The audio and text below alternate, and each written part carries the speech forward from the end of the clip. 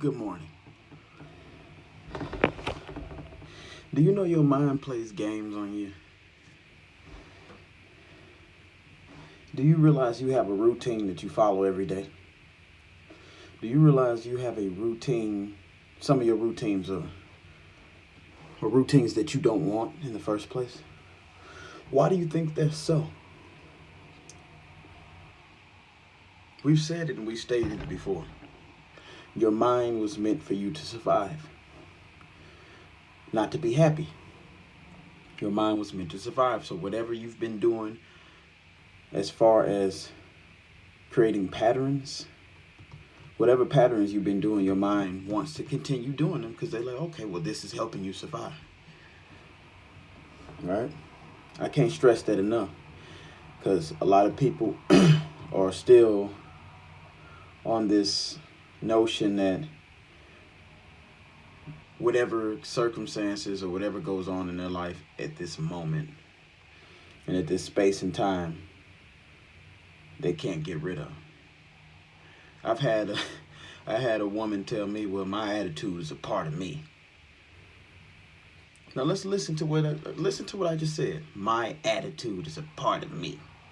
With the attitude, she said it with an attitude. She said her attitude was a part of her, and I got to thinking, well, there's your story right there. That story of my attitude is a part of me is the reason why your attitude is a part of you, because you believe that it's a part of you. If you got rid of your attitude, it's not going to do anything harmful to you, but your subconscious mind, the bubble, the paradigm that you're in right now is telling you to not get rid of the attitude, because the attitude makes you who you are.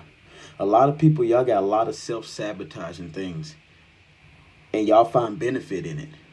And it'd be the smallest benefit. It'd be like, well, people respect me more.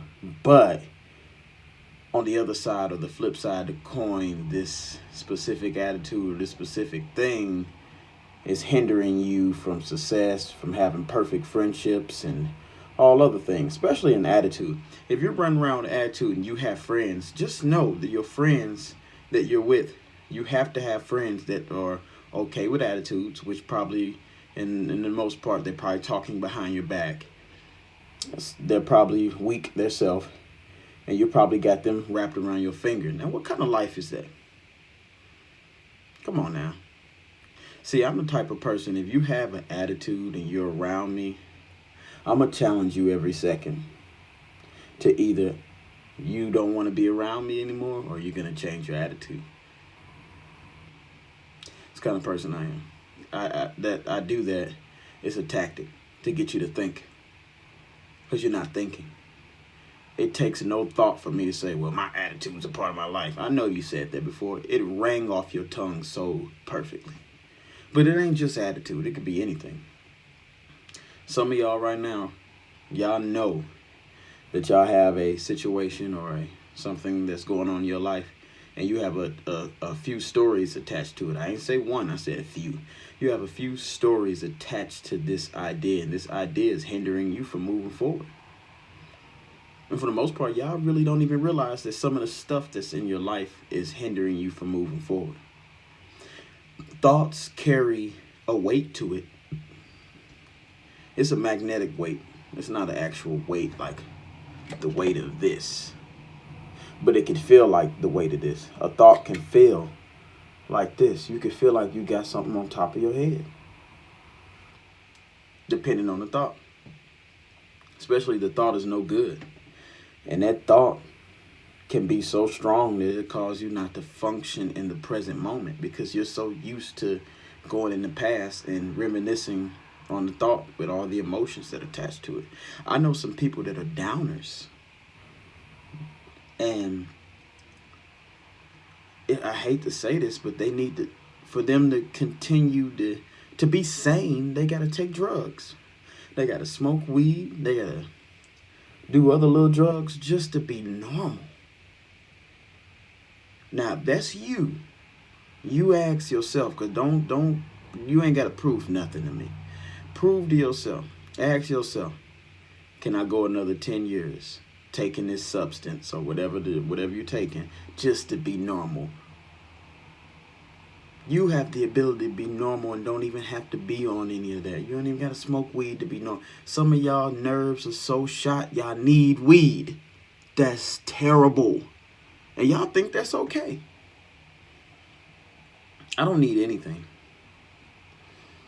Addictions or distractions. When you're addicted to something, there's something that's missing in your life, or there's something that you're not trying to, overcome, or it's something you're trying to avoid. You can't avoid it forever, because whatever you think expands. So the thing is going to expand one day, and you're going to realize that the drug ain't going to help you out in the first place.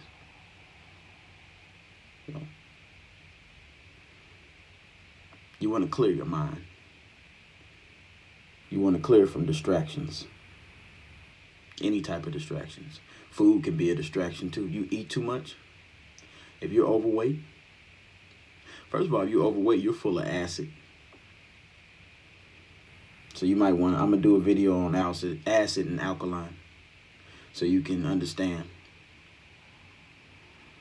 And here's a phenomenon that here in the Western world, here in the United States, here's a phenomenon that you probably don't realize, or you probably do realize, but when you're stressed, pay attention to when you're stressed. It's hard to breathe, ain't it? You got to put some effort into breathing. And for the most part, y'all don't like putting effort into anything. So the solution for breathing would be this.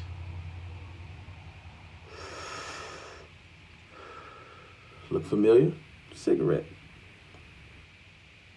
As soon as you stick that cigarette, as soon as it go like this, your mind opens up and you're able to breathe. You take a deep breath, you take the puff in. Then you go like 20 minutes without smoking a cigarette, then your brain will start making your breathing tight, making your head tight to make your breathing tight. And now you go back to this, and for a few seconds you're able to breathe. Does that make sense? See how self-sabotaging our brain is? Here goes another one. You're so stressed, and you can't breathe, and you don't want to smoke cigarettes, so what do? You go and eat. You go to a buffet and you eat. And you know what that buffet do with all that food? That food stretches your diaphragm in your stomach. Now you're able to breathe. So now you become addicted to eating so you can breathe better, because you're so damn stressed and you're not dealing with your stresses.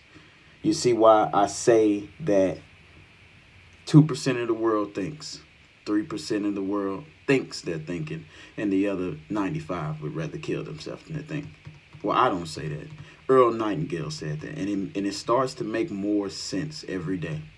Some of the issues that you have and the way that you cope with it, if you looked at it in hindsight, and you looked at it through a mirror, or go into your inner self, and you start helping yourself and looking at what you're doing, start paying attention to what you're doing, you'll see that you have not been thinking this whole time.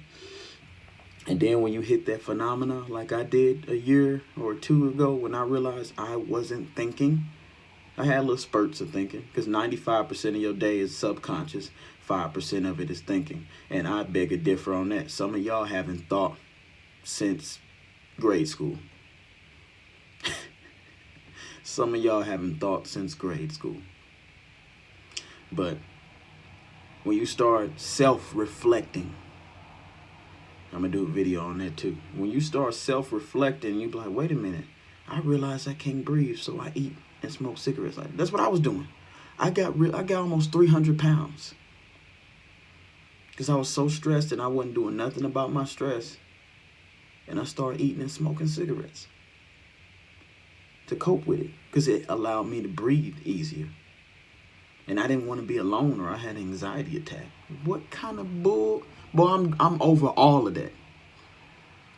That's why I'm in front of y'all right now. That's why I'm deemed to talk. That's why the universe got me making videos.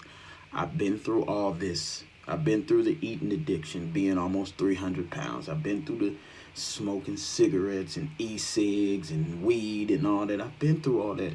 And those were coping for a problem. The problem was I wasn't thinking. We ain't gonna go into ballistics. When you stress, that's your brain telling you to change. But if you're not thinking, you can't change. So what it ends up doing, it finds a way to cope. And the stuff that you guys cope with is killing you. So you're slowly killing yourself. Does You're not thinking. Man, look at me. I was 300 pounds. Look at me.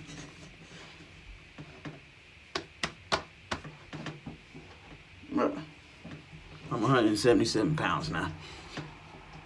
From thinking. Think your way into results. Your results are a reflection of your thoughts. You want some new results? You need some new thoughts. Because some of your thoughts in your head are ridiculous anyway. You need to self-reflect and reevaluate. Are you even going in the direction that you want to go in?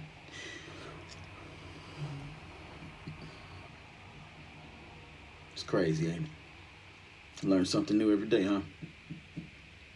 I know I do. But I'm finna get back to this book. I'll catch up with y'all later. Peace.